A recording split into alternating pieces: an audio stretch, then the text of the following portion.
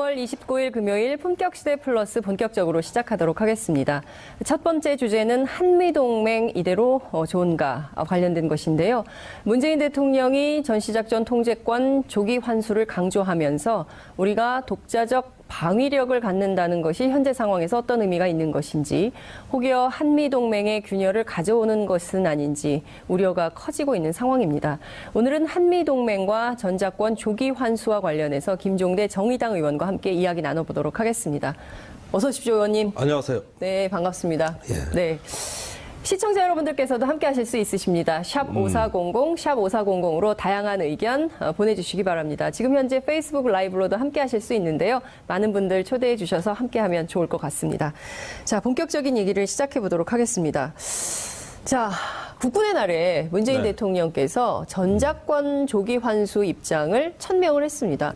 어떤 의미, 행간에 어떤 의미가 담겨 있다고 봐야 될까요? 저도 그 자리에 있었습니다.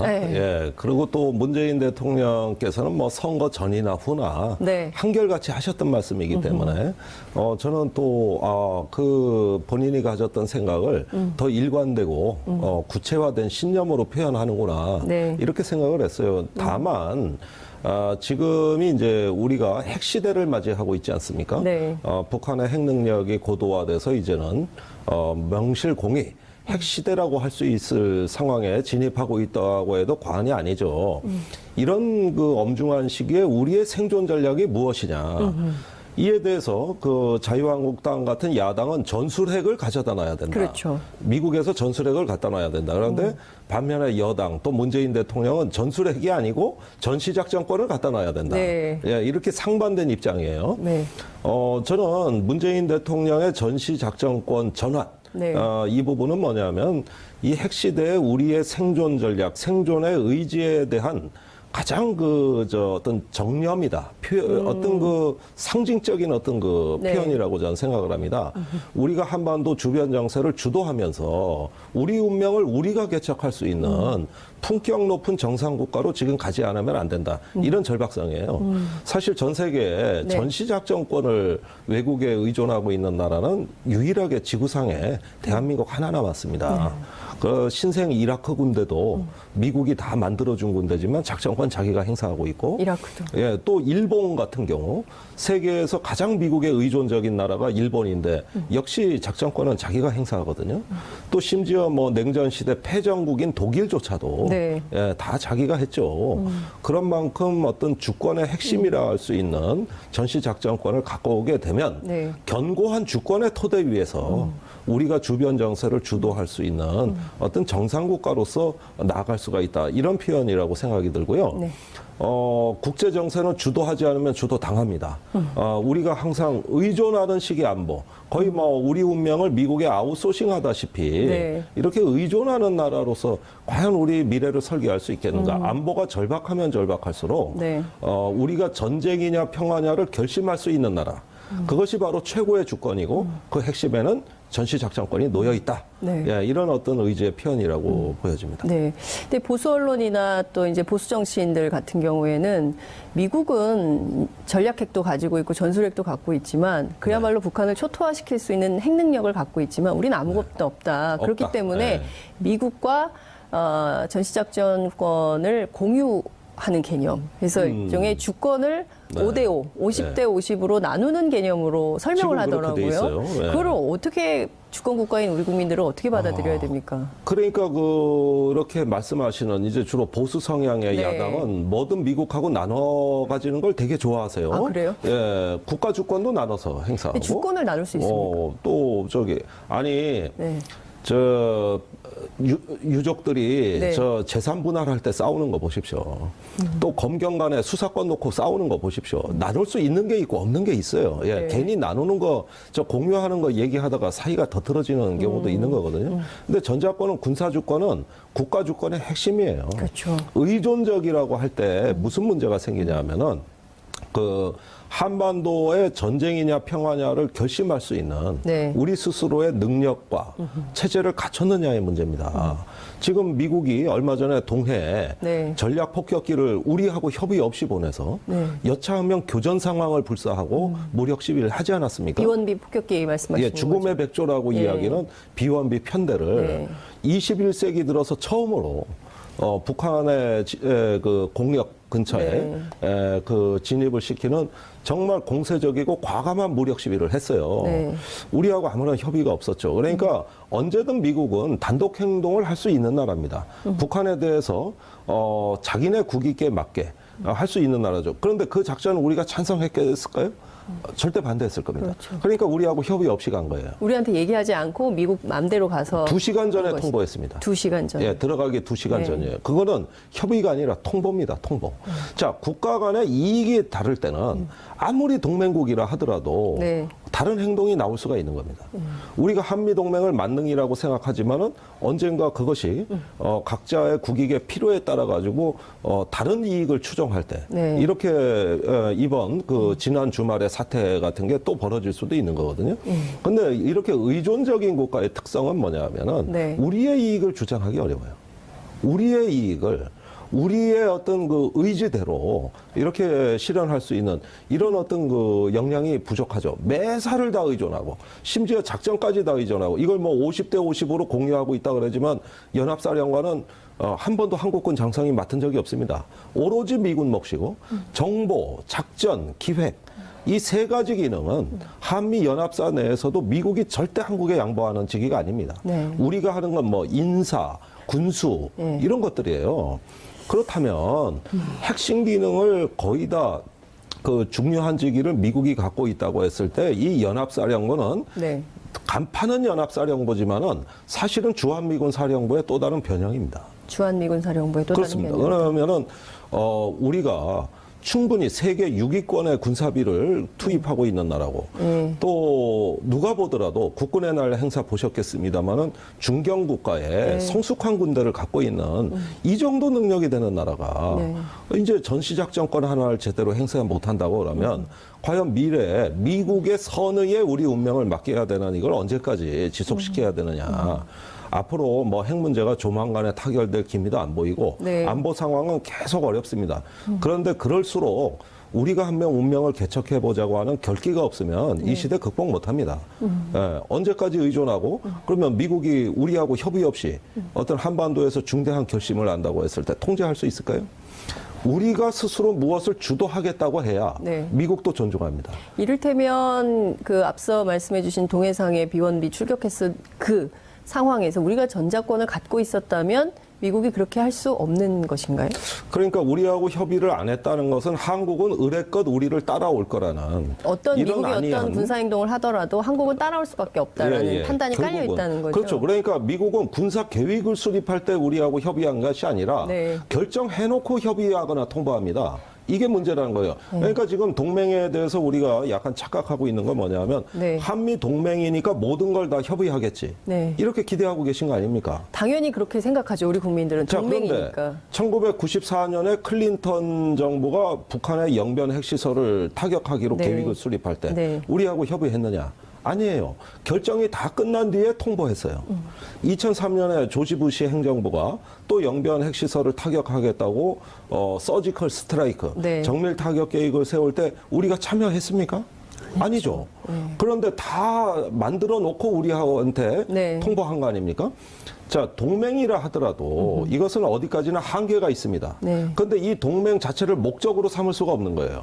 그 와중에서도 우리의 주권, 지킬 건 지켜야 되는 겁니다. 네. 그런데 전시작전권은 기본 중에 기본이에요. 이거 가져온다고 해서 동맹 깨지는 것도 아닙니다. 네. 사실은 미국이 전시작전권을 남의 나라 가서 행사하지 않아도 얼마든지 좋은 동맹 맺고 있습니다.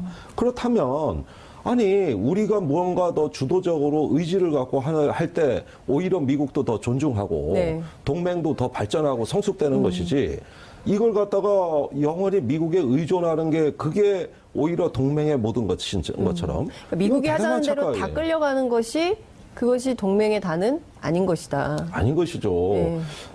이 국가 간에는 논쟁이란 게 원래 있는 겁니다. 그러면은 특히 안보 상황이 긴박할수록 네. 각 국가 간에는 자기가 죽고 사는 문제이기 때문에 아무래도 의견 차이가 있을 수 있고 그걸 조정을 하는 게 그걸 동맹이라고 하는 거예요. 네. 그런데 그 전에 이미 생각 자체를 미국에 맡기겠다.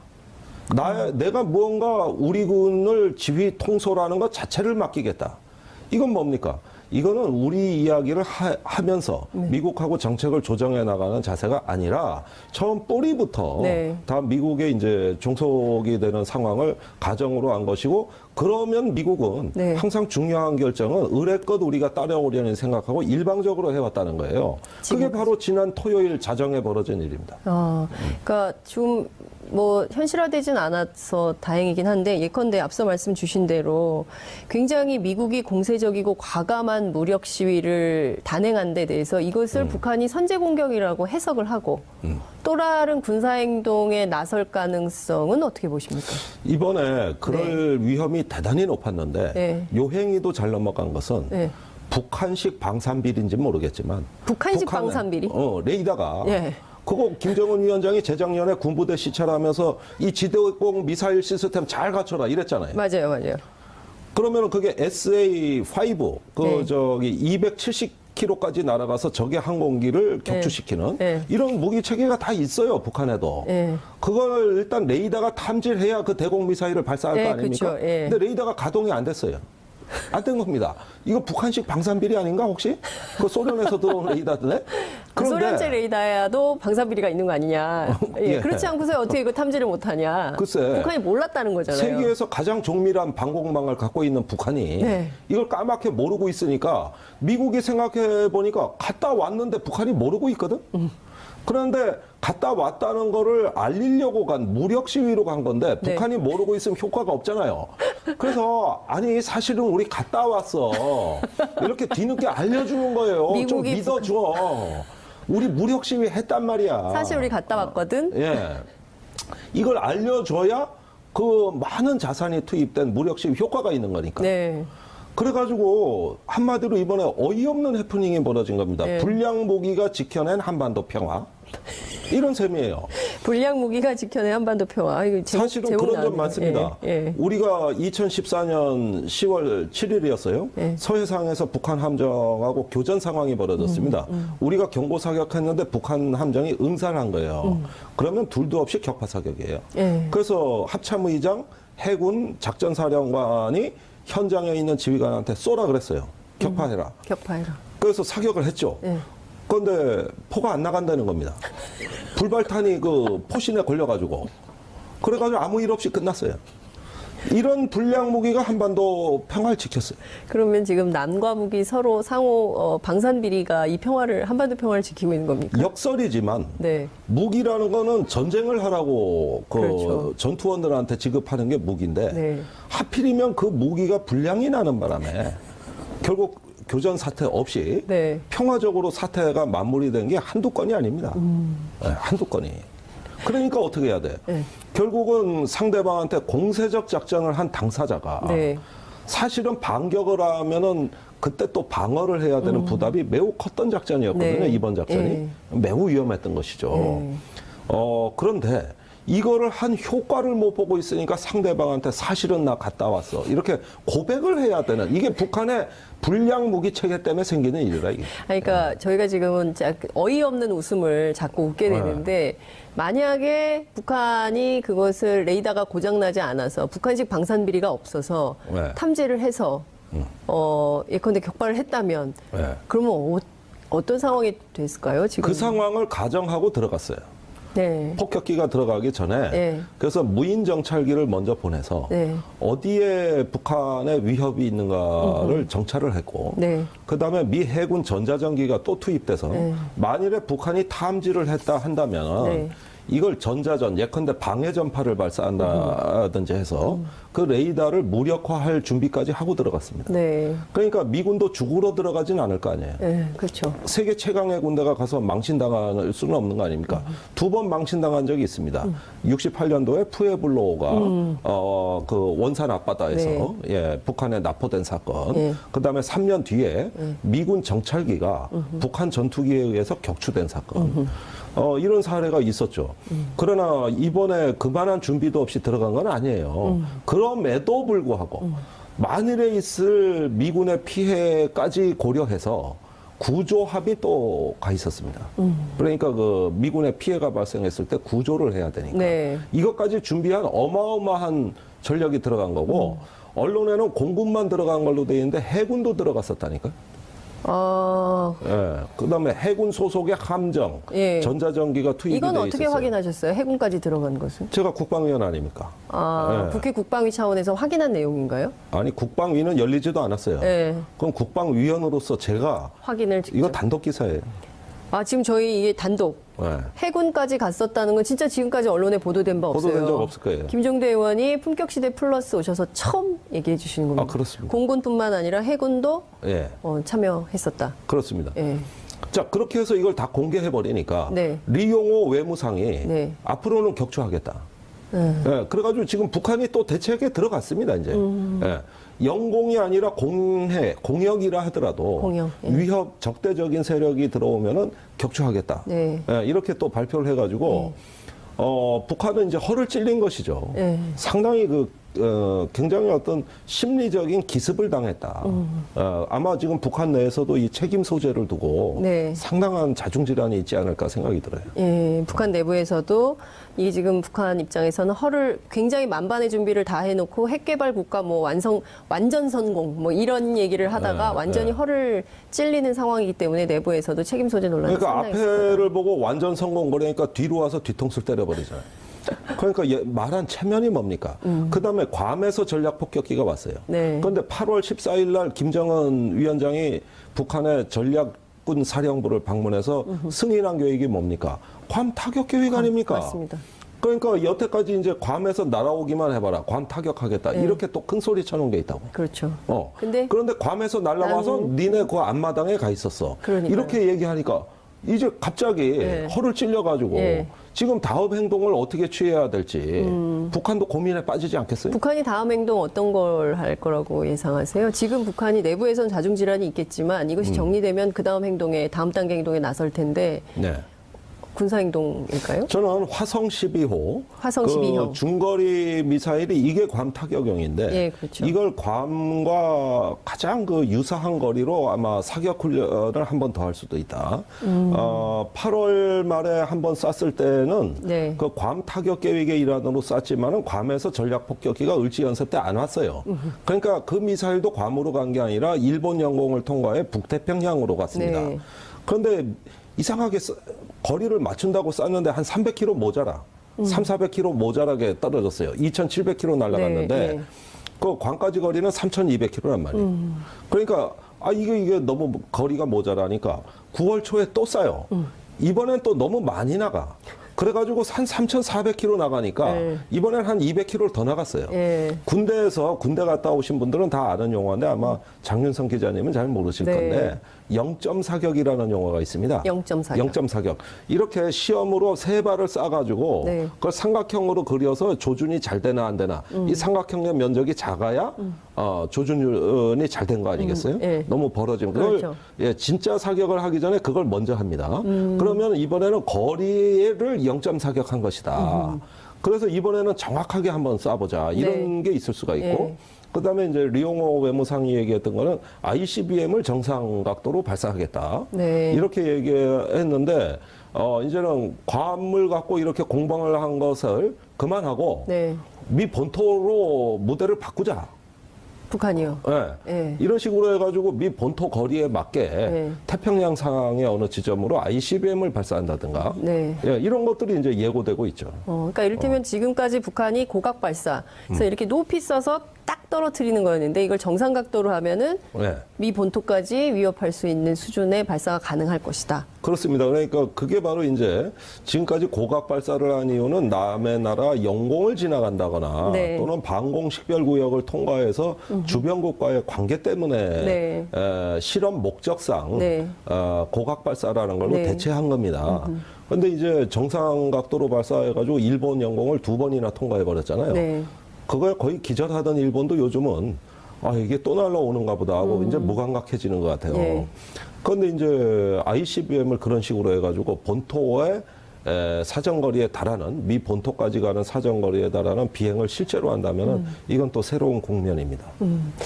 예컨대 그렇다면 문재인 대통령께서 전시작전권을 조기에 환수하겠다. 2020년까지 3단계 전략에 따라서 환수하겠다 이런 입장을 밝힌 것인데요. 이것이 혹시 모르는 한반도 유사 상황에 대비한 어떤 전략적 판단의 발언이다. 이렇게 또 봐야 됩니까? 일단은 네. 지금 출범한 지 한 120일 됐나요? 된 지금 정부가 외교 안보에 있어가지고 운전석에 앉겠다 그랬고, 그렇죠. 우리가 이제 한반도 정세를 주도해 보겠다 네. 이런 예. 결기까지는 좋았는데. 네. 해보니까 여의치가 않거든요. 너무 상황이 어려웠고 한국 대통령이 의외로 할 수 있는 일이 많이 없어요. 네. 그다음에 주변 외교가 지금 어렵습니다. 이런 상황에서 운신의 폭이 적은 문재인 대통령이 지금은 그 어려운 상황에서 우리가 비록 그 주변국에 좀 끌려다니고 눈치를 볼 수밖에 없다 하더라도 언제까지나 이렇게 살 수는 없는 거 아니냐. 네. 그러면서 무언가 미래를 위한 하나의 포석 하나를 던졌다.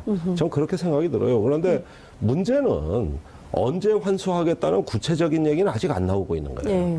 그러니까 원래 그 문재인 대통령 공약은 임기 내라 그랬습니다. 처음에 예. 그런데 지금 이제 한국군의 자체적인 전쟁 억지력, 네. 뭐 삼축 체계라고도 하고 킬체인이라고도 하고 이런 또 억지력과 방어 능력, 뭐 한국형 미사일 방어, 네. KAMD라고 하죠. 예. 이런 그 중요한 국방 사업에 대한 투자가 이루어지고 있으니 이런 어떤 그 투자와 병행해서 전자권 전환의 구체적 로드맵을 네. 앞으로 선보이지 않을까 생각이 들어요. 네.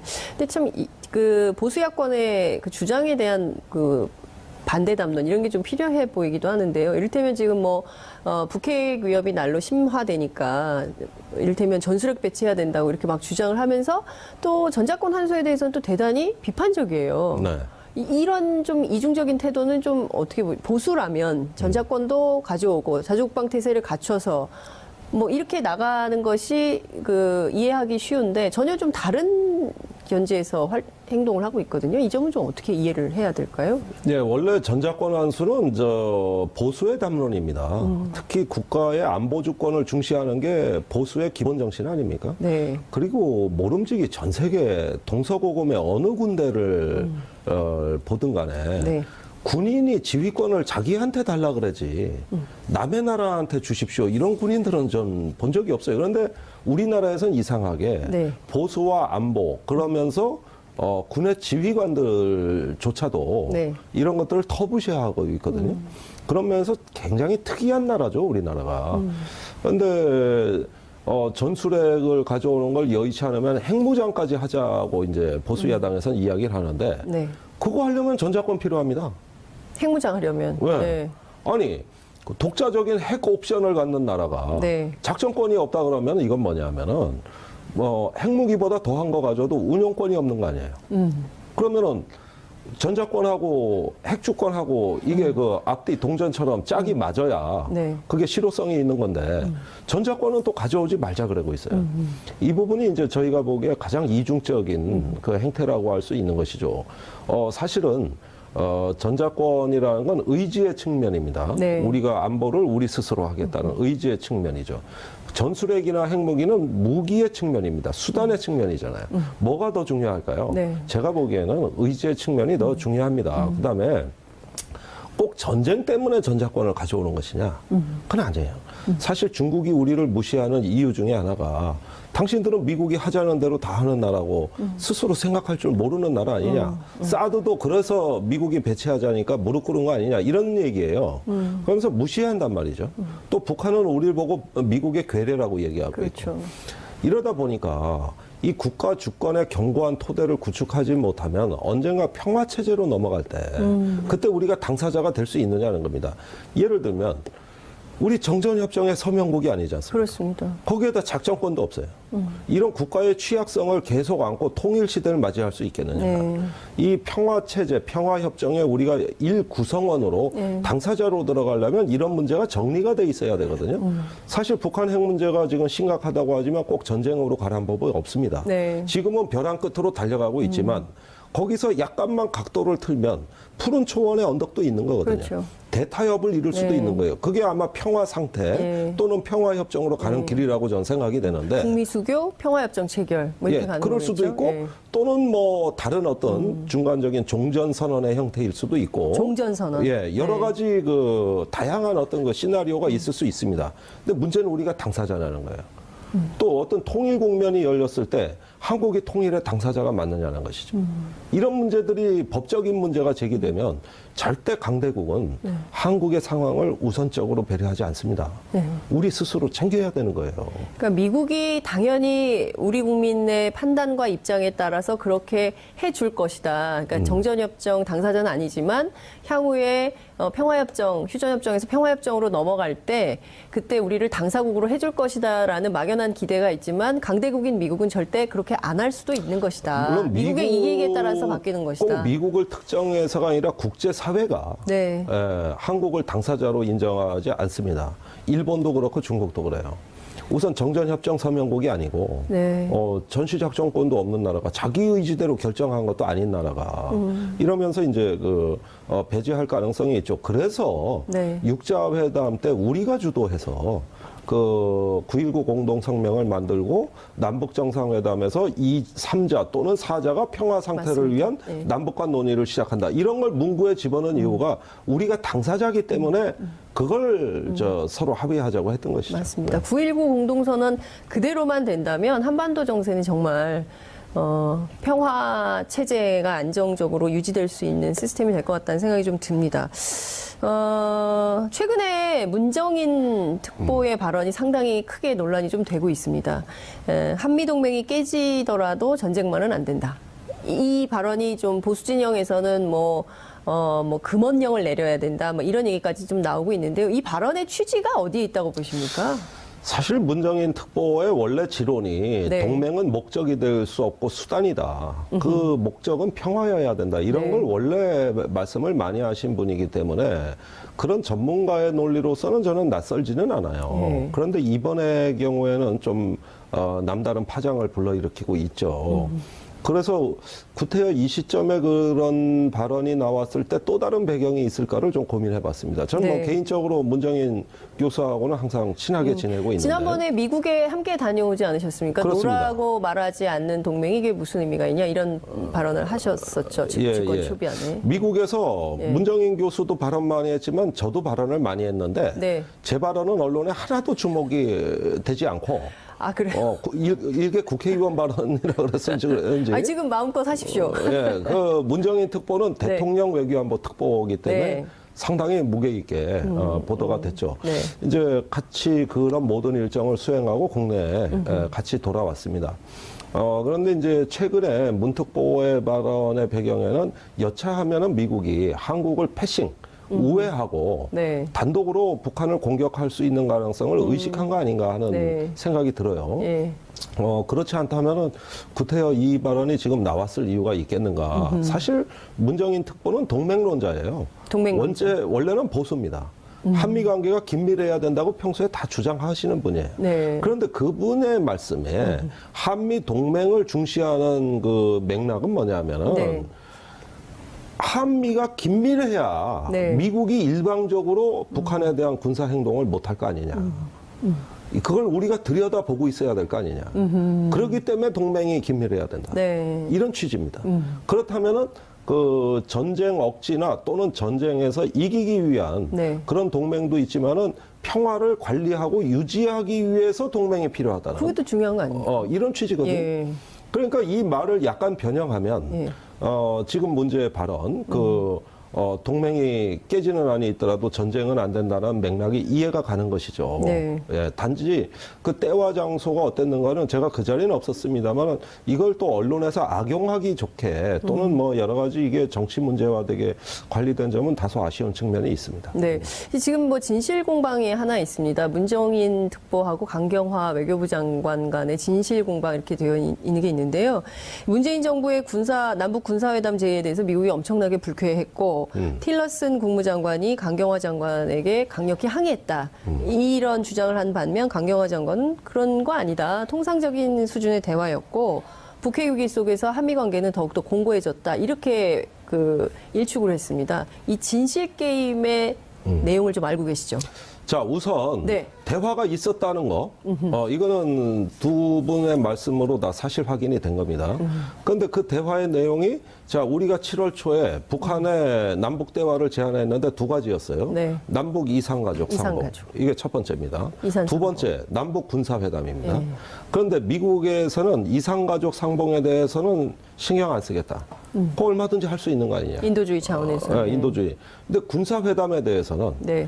자, 지금 국제사회가 북한하고 이렇게 맞닥뜨려 있는 상황에서 한국이 홀로 북한하고 군사회담을 진행했을 때 이 국제공조 전체가 흔들릴 수 있는 거 아니냐. 이런 취지였어요. 그러면은, 여기서 두 분 말씀 중에 누가 옳으냐 하는 건 그 뒤에 상황을 보면 답이 나오죠. 자, 문제는 강경화 장관한테 틸러슨 국무장관이 남북 군사회담에 대해서 이런 문제 제기를 한 때가 7월 25일경이에요. 네. 그때 아마 주말이었을 겁니다. 그 다음에 7월 28일 날 북한이 ICBM을 발사했죠. 네.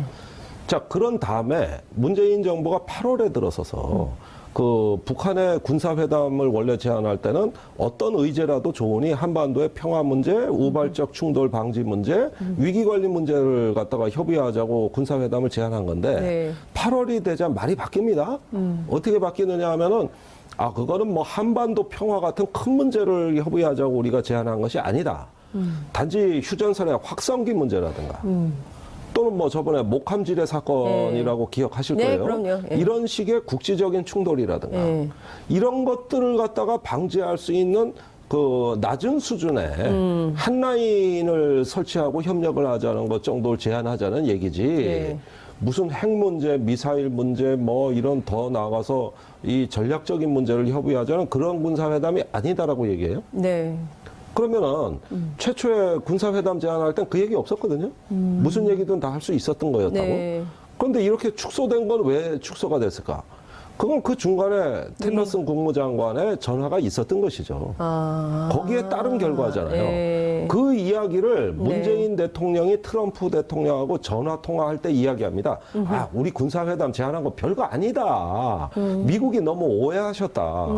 사실은 이거다. 뭐 아까 얘기한 위기관리 정도. 네. 이거다. 이렇게 얘기하니까 트럼프가 그러면 북한에서 관심이 있습니까? 반응이 있었어요? 그러니까 없었다 그랬겠죠. 이렇게 해서 여태까지 그 북한에 대한 대화 제안을 거둬들인 겁니다. 자, 북한 입장에서는 네. 저기 남측에서 군사회담을 한다, 특사를 보내겠다 그래서 이게 뭔 얘기인가 하고 처음에 대답을 안 하고 있었잖아요. 네. 그런데 뒤에 남쪽에서 나오는 얘기를 들어보니까 별거 아닌 회담이라고 그러니까 그거 왜 하자고 그런 거야? 이렇게 되는 건가요? 그럼? 그렇게 된 것이죠. 그래서 결렬이 된 거예요. 그러면은 자, 이렇게 결렬의 방향으로 갈 줄 알았다면 애시당초 군사회담을 제안했을까요?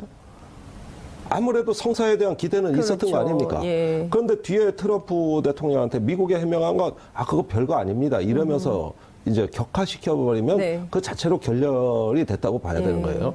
그러면 본인이 제안한 걸 본인이 왜 결렬을 시킵니까? 그건 중간에 다른 외부 변수가 있었던 것이고 그게 강경화 장관한테 온 틸러스 국무장관의 전화입니다. 전화. 예. 그러면 이건 두 가지 점에서 잘못된 거예요. 예. 이럴 바에라면 처음부터 제안을 하지 말았어야 됩니다. 이럴 바에라면. 예.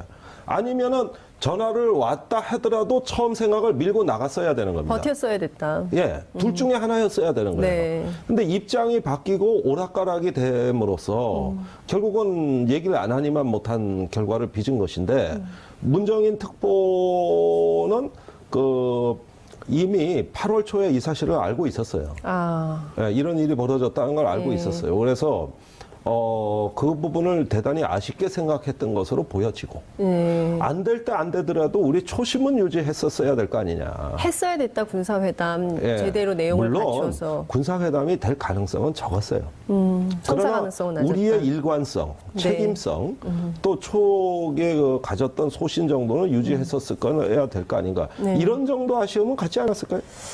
참 이게 지금 위기의 한반도 정세가 이제 계속 우리 뜻대로 된다기보다는 국제 정치의 논리에 따라서 국제 정치에 의해서 흔들리는데 그 가운데서 어쨌든 우리가 한미 동맹으로 굳건하게 이 국면을 잘 핸들링하고 있다고 생각했는데 경우에 따라서는 미국 변수 때문에 오히려 남북 관계가 질곡이 좀 생기는 이런 측면도 있다 이렇게 봐야 되는 겁니까 결국에? 예, 그런 점에서 제가 네. 꼭 드리고 싶은 말씀은 네, 지금 한중 관계가 단절돼 있습니다. 사실상 한중 정상 외교가 지금 마비 상태예요. 네, 자, 미국하고 관계에서 해결되지 않는 문제는 우리가 또 중국이라는 전략적 자산을 활용해야 됩니다.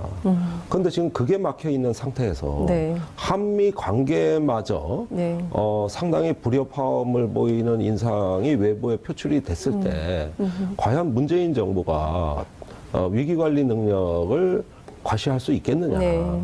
네. 이런 점들이 이제 어려움으로 작용하는 거거든요. 네. 그러니까 제 생각에는 일단 동맹은 평화를 관리하기 위한 어떤 생산적이고 건강한 동맹으로 계속 유지할 필요는 있다. 네. 그걸 안 하면 미국의 행동은 점점 더 일방적일 수 있다. 이것 네. 때문에 유지를 우리가 굳건히 해야 되는데 그런다고 다 문제가 해결되면 좋겠지만 지금 북한으로 들어가는 길이 막혀 있을 때 저 네. 중국이라는 우회를 놔두면 되겠냐는 거예요. 그래서 한중 관계를 빨리 복원해야 된다고 네, 좀 봐요. 알겠습니다. 자, 굉장히 위중해지는 한반도 정세 그리고 북핵 문제, 한미동맹 여러 가지 좀 짚어봤습니다. 시간이 다 돼서 이제 마무리를 좀 해야 될 것 같은데요. 내일부터 사실상 추석 연휴가 시작이 되는데요. 이 불안한 한반도 정세 때문에 불안해하고 계신 우리 국민들께 끝으로 짧게 30초만 한 말씀 부탁드리겠습니다. 북한이 핵무기를 배치한 레드라인이라 그러고 또 전쟁이 날지도 모른다고 합니다만 제 눈엔 그게 레드라인일 수도 있지만 그린라인으로 보입니다. 그린라인. 네, 오히려 대타협. 우리는 전쟁을 방지하는 평화의 지혜도 같이 발전시켜 왔어요. 전쟁하는 기술만 발전시켜 온 거 아닙니다. 저 추석 때 이런 너무 불안해하지 마시고 또는 이 위기가 기회가 될 수도 있다. 이런 점에서 우리 민족 우수합니다. 우리 국민들 강합니다. 그런 점에서 추석 연휴는 불안해하지 말자. 맛있는 음식 실컷 먹자. 평화를 누리면서 네. 추석 연휴 보내시기 바랍니다. 네, 알겠습니다. 오늘 말씀 너무 잘 들었습니다. 불안해하지 말자. 레드라인이 아니라 그린라인이다. 공포의 노예가 되면 진다. 공포의 노예가 되면 우리는 진다. 예. 예, 평화를 지킬 수 있다. 이런 네. 건강한 생각을 가져야 된다. 이런 말씀 주셨습니다. 오늘 말씀 잘 들었습니다. 고맙습니다. 네, 감사합니다.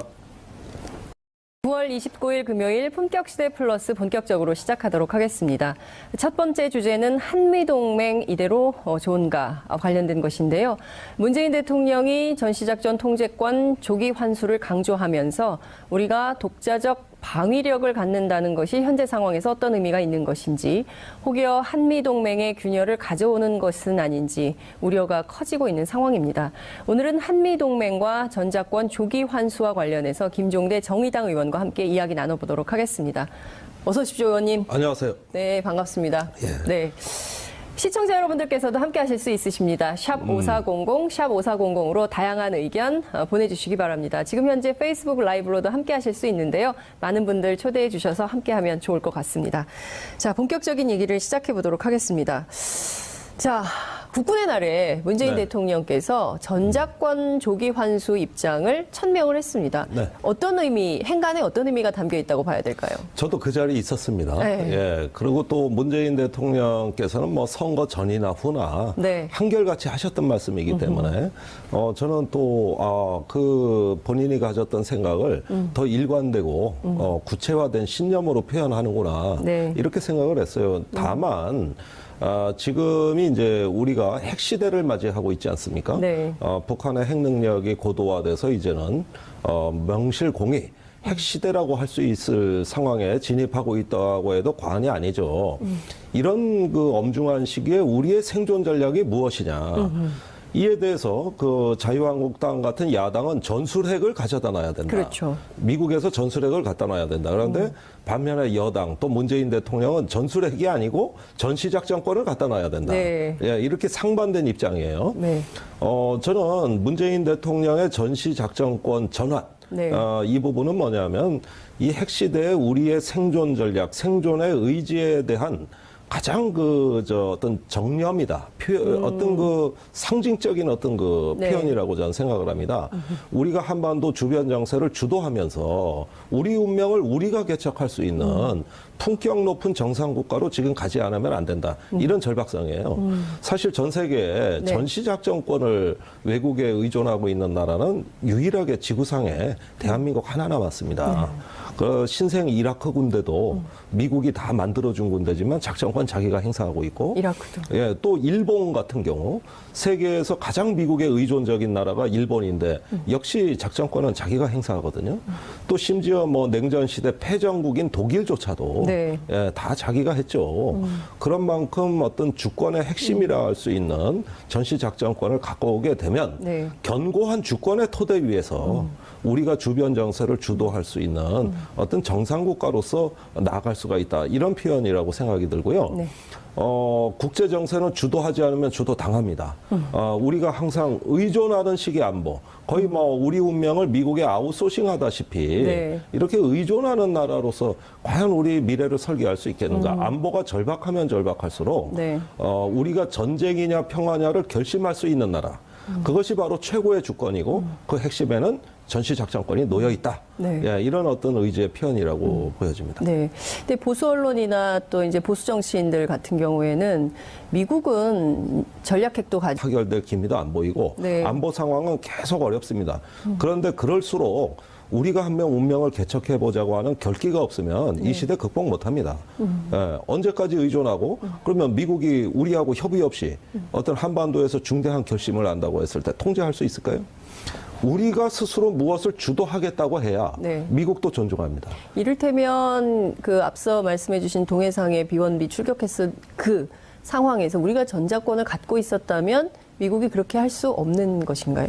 그러니까 우리하고 협의를 안 했다는 것은 한국은 의례껏 우리를 따라올 거라는 어떤 이런 미국이 아니한 어떤 군사행동을 하더라도 한국은 따라올 수밖에 없다라는 판단이 깔려 결국은. 있다는 거죠. 그렇죠. 그러니까 미국은 군사 계획을 수립할 때 우리하고 협의한 것이 아니라 네. 결정해놓고 협의하거나 통보합니다.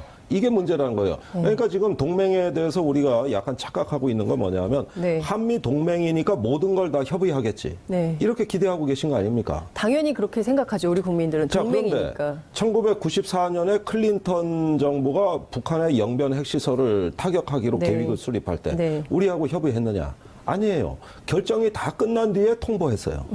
2003년에 조지 부시 행정부가 또 영변 핵시설을 타격하겠다고 서지컬 스트라이크, 네. 정밀 타격 계획을 세울 때 우리가 참여했습니까? 아니죠.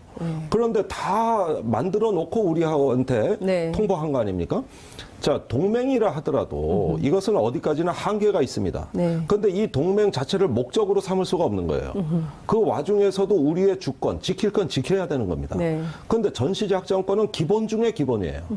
이거 가져온다고 해서 동맹 깨지는 것도 아닙니다. 네. 사실은 미국이 전시작전권을 남의 나라 가서 행사하지 않아도 얼마든지 좋은 동맹 맺고 있습니다. 그렇다면 아니 우리가 무언가 더 주도적으로 의지를 갖고 할 때 오히려 미국도 더 존중하고 네. 동맹도 더 발전하고 성숙되는 것이지 이걸 갖다가 영원히 미국에 의존하는 게 그게 오히려 동맹의 모든 것인 것처럼 그러니까 미국이 이건 하자는 대단한 대로 다 착각이에요. 끌려가는 것이 그것이 동맹의 단은 아닌 것이다. 아닌 것이죠. 네. 이 국가 간에는 논쟁이란 게 원래 있는 겁니다. 그러면은 특히 안보 상황이 긴박할수록 네. 각 국가 간에는 자기가 죽고 사는 문제이기 때문에 아무래도 의견 차이가 있을 수 있고 그걸 조정을 하는 게 그걸 동맹이라고 하는 거예요. 네. 그런데 그 전에 이미 생각 자체를 미국에 맡기겠다. 내가 무언가 우리 군을 지휘 통솔하는 것 자체를 맡기겠다. 이건 뭡니까? 이거는 우리 이야기를 하면서 미국하고 정책을 조정해 나가는 자세가 아니라 처음 뿌리부터 네. 다 미국의 이제 종속이 되는 상황을 가정으로 한 것이고 그러면 미국은 네. 항상 중요한 결정은 의례껏 우리가 따라오려는 생각하고 일방적으로 해왔다는 거예요. 그게 바로 지난 토요일 자정에 벌어진 일입니다. 그러니까 좀 뭐 현실화되진 않아서 다행이긴 한데 예컨대 앞서 말씀 주신 대로 굉장히 미국이 공세적이고 과감한 무력 시위를 단행한 데 대해서 이것을 북한이 선제 공격이라고 해석을 하고 또 다른 군사행동에 나설 가능성은 어떻게 보십니까? 이번에 그럴 위험이 대단히 높았는데 네. 요 행위도 잘 넘어간 것은 네. 북한식 방산비리인지 모르겠지만 북한식 북한의, 방산비리?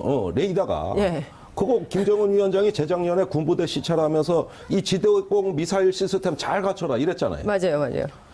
그러면은 그게 SA5 네. 270km까지 날아가서 적의 항공기를 격추시키는 네. 이런 무기 체계가 다 있어요 북한에도. 네. 그걸 일단 레이더가 탐지해야 그 대공 미사일을 발사할 네, 거 아닙니까? 그렇죠. 예. 근데 레이더가 가동이 안 됐어요. 안 된 겁니다. 이거 북한식 방산비리 아닌가 혹시? 그 소련에서 들어온 레이더네?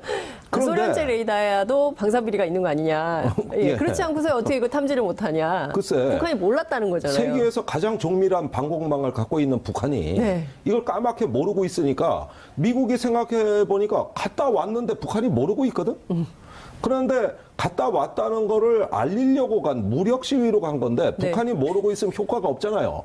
그래서 아니 사실은 우리 갔다 왔어. 이렇게 뒤늦게 알려주는 거예요. 좀 미국이 믿어줘. 우리 무력 시위 했단 말이야. 사실 우리 갔다 왔거든. 예.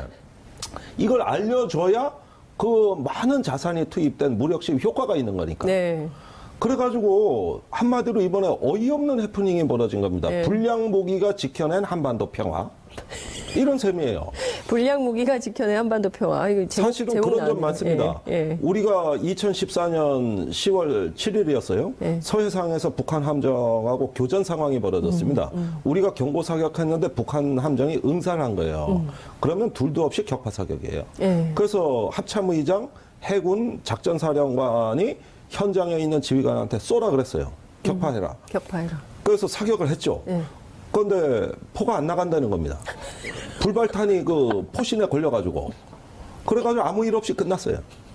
이런 불량 무기가 한반도 평화를 지켰어요. 그러면 지금 남과 북이 서로 상호 방산 비리가 이 평화를 한반도 평화를 지키고 있는 겁니까? 역설이지만 네. 무기라는 거는 전쟁을 하라고 그 그렇죠. 전투원들한테 지급하는 게 무기인데 네. 하필이면 그 무기가 불량이 나는 바람에 결국 교전 사태 없이 네. 평화적으로 사태가 마무리된 게 한두 건이 아닙니다.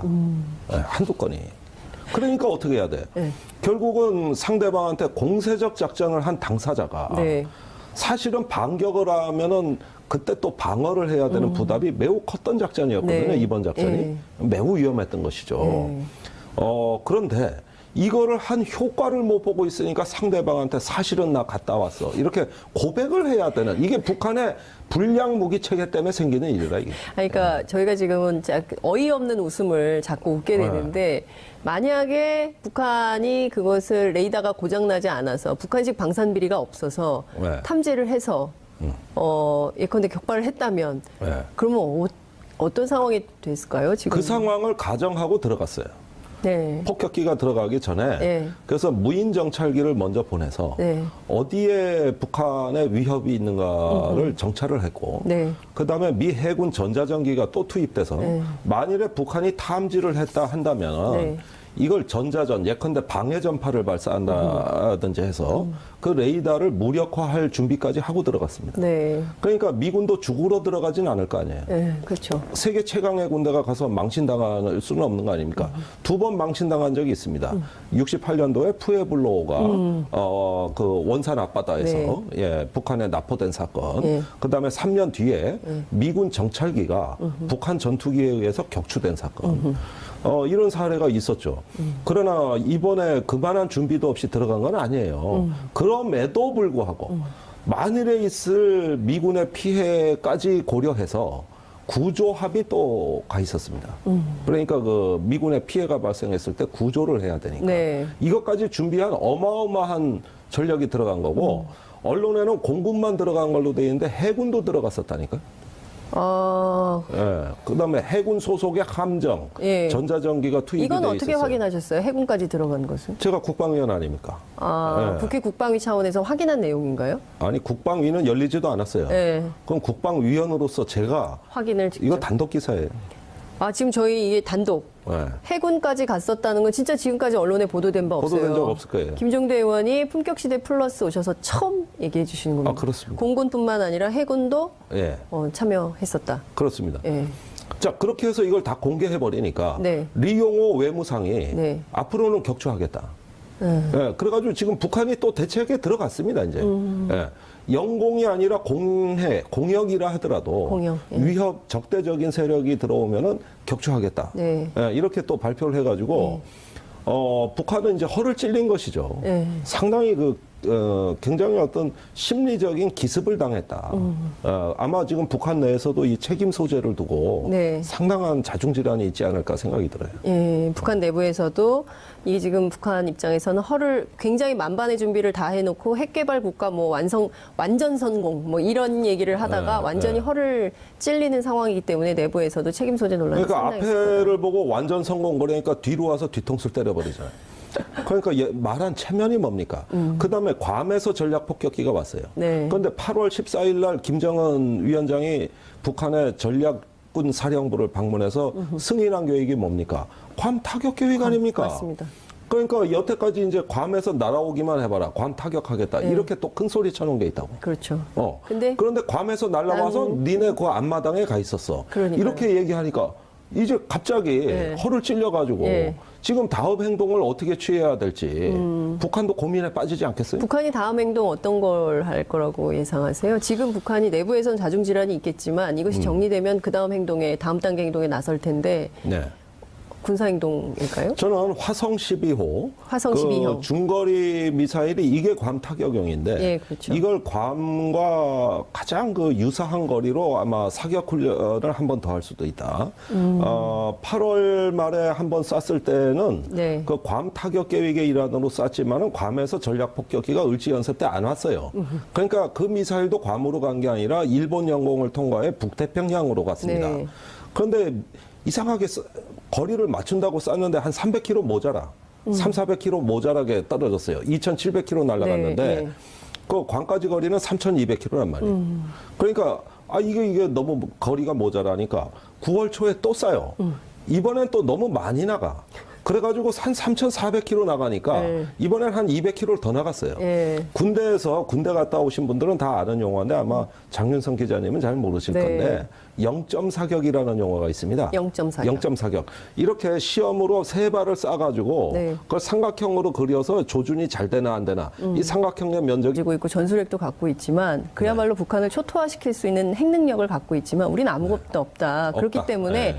미국과 전시작전권을 공유하는 개념. 그래서 일종의 주권을 네. 5대5, 50대 50으로 나누는 개념으로 설명을 지금 그렇게 돼 하더라고요. 있어요. 네. 그걸 어떻게 주권 국가인 우리 국민들은 어떻게 받아들여야 됩니까? 그러니까 그렇게 말씀하시는 이제 주로 보수 성향의 네. 야당은 뭐든 미국하고 나눠 가지는 걸 되게 좋아하세요. 아, 그래요? 예, 국가 주권도 나눠서 행사하고. 근데 주권을 나눌 수 있습니까? 또 저기 아니 네. 유족들이 네. 저 재산 분할할 때 싸우는 거 보십시오.